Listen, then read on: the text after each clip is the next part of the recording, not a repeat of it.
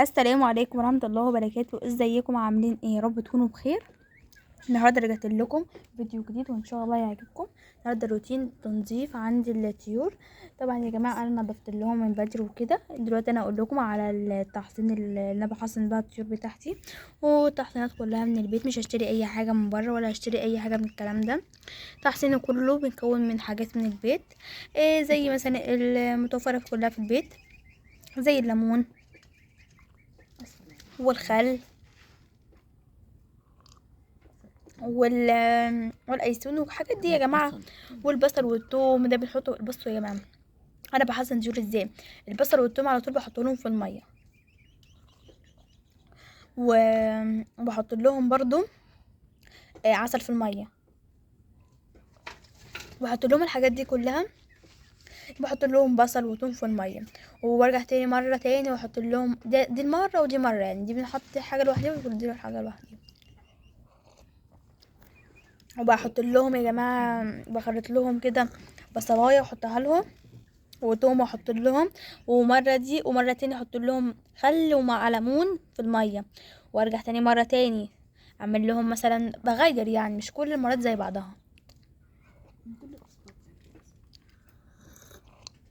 كل اسبوع كده بغير الوصفه يا جماعه. مره اعمل لهم احط لهم ايسون بدل الميه، نلغي الميه خالص ونحط ايسون، حلو جدا. مره نعمل حلب ونلغي والشيح برضو كويس جدا يا جماعه.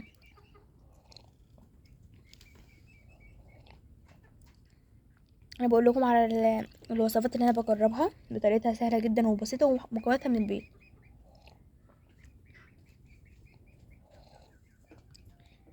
الطيور يا جماعه بتاكل حسنه البيت، يعني انا بحب اجيب الطيور دي علشان بتاكل حسنه البيت.